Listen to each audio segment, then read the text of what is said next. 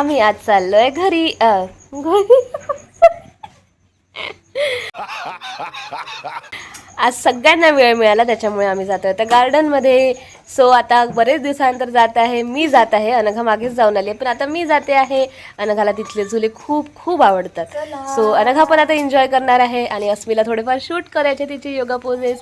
So ते पण करूयात. भेटू मग. Good morning to all of you.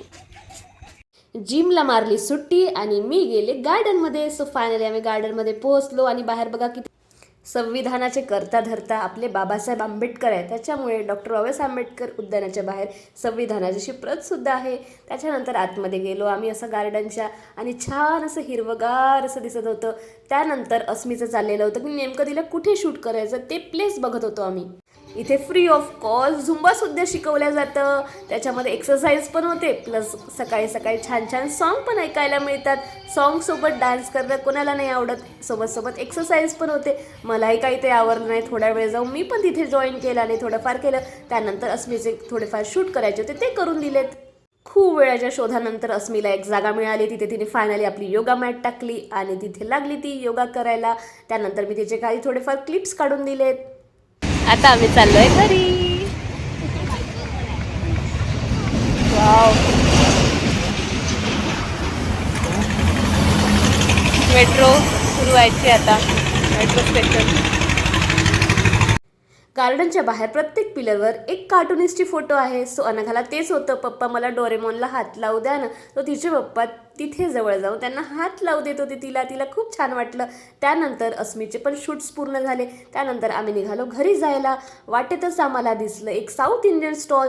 So तिथून घेतले आम्ही सांबार वडे. बघा सकाळी सकाळी लोकांची किती गर्दी असते. सो घरी पोहोचलो छान असं. अनघा पण आली, फ्रेश झालो आणि आम्ही सांबार वडे अनपॅक केले. खूप यम आणि टेस्टी होते. त्या किराणा आणलेला होता, त्यामुळे सगळा किराणा असा छान असा भरून घेतलेला. सगळ्या गोष्टी व्यवस्थित ठेवल्या. नंतर बघितलं की रॅकमध्ये भरपूर धूळ झाली आहे. चला म्हटलं आता हातात सगळं काढलेलंच आहे तर याला पण क्लीन करून घ्यावं. त्यानंतर फायनली मी सगळं असं व्यवस्थित क्लीन करून घेतलेलं होतं. खूप कचरा झालेला होता. सो फायनली क्लीन केल्यावर अशी काहीशी अलमारी दिसत होती. त्यानंतर डब्बे पण पुसून ठेवले. चला म्हटलं आता ठेवायचं जायचं सगळं व्यवस्थित पुसून ठेवलं पाहिजे. सो सगळं व्यवस्थित डब्बे पुसून घेतले. त्यानंतर सो फायनली सगळं असं अरेंज केलेलं आहे. आता जागा नाही होत आहे. दाबून चपून सगळं काम द्या त्याला दाबून सगळं ठेवलेलं आहे. जागेचा अभावामुळे इतका सगळा प्रभाव करावा लागत आहे. सो असं काहीतरी व्यवस्थित ठेवलेलं आहे. खूप कचरा झालेला होता. तर किराणाला चला म्हटलं थोडं क्लिनिंग पण करून घ्यायची. सो क्लिनिंग करून डब्बे छान व्यवस्थित पुसून आता असं ठेवलेलं आहे. सो असं हे फायनल लुक आहे. छान अशी क्लीन दिसते आहे. चला आता आपण ही बंद करून देऊ. आतमधून पुसून झाल्यावर म्हटलं चला बाहेरूनही थोडंफार पुसून घ्यावं, कारण बाहेरूनही खूप जास्त खराब दिसत होती. तो बाहेरून अशी पुसून घेतली. सो आता ही क्लीन करते आहे. भरपूर दिवसाची पुसली नव्हती त्याच्यामुळे ती खराब झालेली आहे. काश असं काही माणसांवरची पण धूळ क्लीन करता आली असते तर किती छान झालं असतं ना. त्यांचे विचार बुरसटलेले आहे, त्याच्यावर खूप धूळ साचलेली आहे. असा कपडा त्यांच्या विचारासाठी एक हवा होता, ज्याच्याकरून त्यांचे पण विचार असे क्लीन करता आले असते आणि त्यांची छान अशी मळ धूळ अशी काढता आली असते. खूप बरं झालं असतं ना. चला सो अशी ही क्लीन झाली. आता छान दिसते. आता हँडल पण असे छान पुसून घेते. क्लीन झाली, छान दिसते. आता आतमध्ये काही तेवढी जागा नाही, त्यामुळे बाहेरच्या डब्यांमध्ये पण काही थोडंफार सामान जे होतं पोहे रवा ते सगळं असं व्यवस्थित भरून ठेवलं.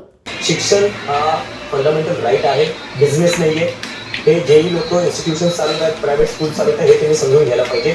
आणि जे मिडल क्लास आहे, लोअर क्लास आहे किंवा गरीब लोक आहेत त्यांची अशी लूटमार करू नये.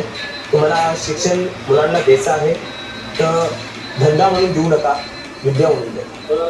दिपकेंच्या विचारांसारखे सगळ्या युवांचे विचार झाले आणि त्याच्यासारखे सगळे समोर आले बिनधास्त बेधडक, तर खरंच या देशाची कायापालट होऊ शकते. अभिजित दिपके हा हिरो नाही आहे. अभिजित दिपके हा प्रत्येक व्यक्ती होऊ शकतो. अनघाला खूप आवडतात त्या बुक्स, कारण या बुक्समध्ये कलरफुल गोष्टी आहेत, सगळ्या फ्रूट्स, व्हेजिटेबल्स, शेप्स. सो कधीही वेळ मिळाला तरी काढून बसते आणि आपली बघत बसते चित्र. तर तिचं तेच चाललेलं होतं सगळं बघणं. इकडे मखाने सुद्धा मी भाजायला घेतले. त्याआधी मी थोडं तूप टाकलं, ते थोडं मेल्ट होत आलं. त्याच्यानंतर मी त्यामध्ये मखाने ॲड केले, मखाने थोडे भाजून घेतले. त्यानंतर थोडी हळद टाकली आणि तुम्हाला वाटेल तर तुम्ही मीठ, सेंधं मीठ पण ॲड करू शकता आणि छान असं ड्राय रोस्ट करून घ्यायचं आणि एका डब्यात जर भरून ठेवलं, इतकं टेस्टी, हेल्दी आणि पौष्टिक आहे. खूप छान वाटतं. मला हा पावडर सगळ्याचं बनवून दुधात टाकायचा आहे, त्यामुळे मी मीठ फक्त ॲड केलं नाही. तुम्हाला वाटलं तर तुम्ही असं सुद्धा खाऊ शकता. पॉपकॉर्नसारखं डब्यात भरून ठेवायचं आणि कितीतरी दिवस टिकतं. त्यानंतर असं क्रिस्पी होईपर्यंत भाजायचं. इकडे मी आलू भाताच्या तयारीला लागले. सगळे व्हेजिटेबल्स असे कट करून ठेवले, खडे मसाले सगळे काढून ठेवले. त्यानंतर गॅसवर असा कुकर ठेवला, त्याच्यामध्ये थोडं तेल टाकलं. तेल थोडं गरम झाल्यावर त्यामध्ये सगळे खडे मसाले, जिरं, मोहरी सगळं टाकून घेतलं. त्यामध्ये खडे मसाले तडतडायला लागल्यावर त्यामध्ये मी टाकलं मिरची, कढीपत्ता, कांदे आणि त्याला थोडंसं शॅलो फ्राय करून घेतलं, फिरवून घेतलं. त्यानंतर त्या स्टेजला मी टाकलेलं थोडंसं मीठ टाकल्याने काय होतं, कांदे जरा लवकर चिमतात. त्यामुळे मी आधी मीठ टाकून घेतलं आणि त्यानंतर थोडंसं हिंगसुद्धा टाकून घेतलं. हिंगाने थोडी वेगळी चव येते आणि पौष्टिकसुद्धा असतं पचनाला. त्यामुळे मीठ, हिंग सगळं टाकून व्यवस्थित असं सगळं जे काही आपण टाकलेलं होतं एकजीव करून घेतलं. त्यानंतर अद्रक लसणाची पेस्टसुद्धा टाकली. त्यानंतर जे आपले कोरडे मसाले, पावडर केलेले मसाले, हळद, तिखट, धनेपूड ते सगळं टाकून थोडंसं असं छान असं फिरवून घेतलेलं, जेणेकरून सगळा मसाला एकजीव झाला पाहिजे. त्यानंतर चॉप केलेले जे काही व्हेजिटेबल्स होते ते मी ॲड केले, टोमॅटो टाकले आणि छान असं व्यवस्थित फिरवून ठेवलं आणि थोड्या वेळ आपण आता याला होऊ देऊयात. तोपर्यंत इकडे मोडसुद्धा भिजू टाकायला ठेवली. कोंब आलेली मोड खूप पौष्टिक असते आणि अनघाला खूप आवडते. दुसरीकडे मी पाणी असं तापवत ठेवलेलं आहे, जे मी आता तांदळात टाकणार आहे. A few minutes later. आहा, किती छान तेल सुटलेलं आणि सगळं आपलं व्यवस्थित शिजलेलं आहे. इकडे छान असा तांदूळ 3 ते 4 पाण्याने स्वच्छ धुवून घेतलेला होता. दुसरीकडे बघा किती छान असं शिजलेला आहे मसाला आपला सगळा. आता या स्टेजला दुसरीकडे पाणी जे तापवत ठेवलेलं होतं ते सुद्धा असं गरम झालेलं आहे. आता या स्टेजला मी जे तांदूळ आपण धुतलेले होते, वॉश केलेले होते ते आता टाकून दिले छान असे स्वच्छ. आणि जे मी गरम पाणी तांदूळ टाकल्यावर छान असं सगळा मसाला एकजीव करून घेतला, जेणेकरून जे काही मसाला सगळ्या भाताला लागला पाहिजे. दुसरीकडे जे काही आपण गरम पाणी केलेलं होतं भातात टाकायला, ते छान असं थोडंसं एक बोटभर भातावर टाकलं आणि छान असं परत एकदा फिरवून घेतलं.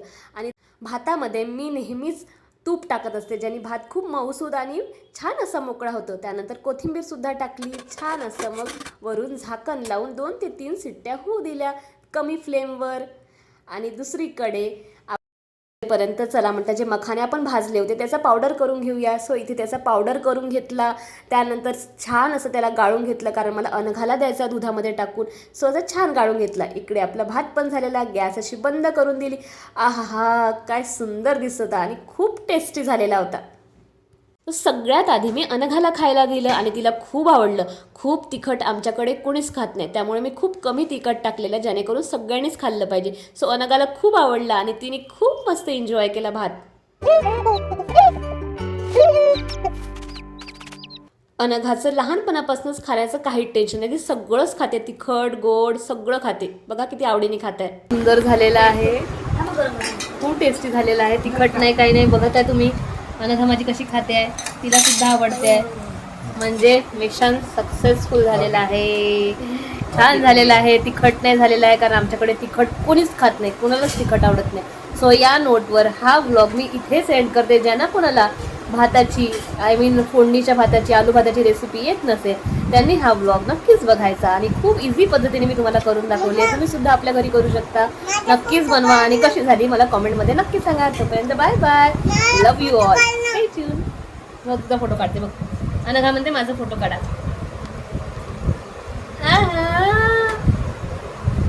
लहान माझी बावली. बाय बाय करून सगळ्यांना बाय बाय करून द्या ना सगळ्यांना. दिवसभर छान अशी मस्ती करून खाऊन पिऊन माझं बाळ असं झोपी गेलेलं. Bye bye guys, love you all, good night.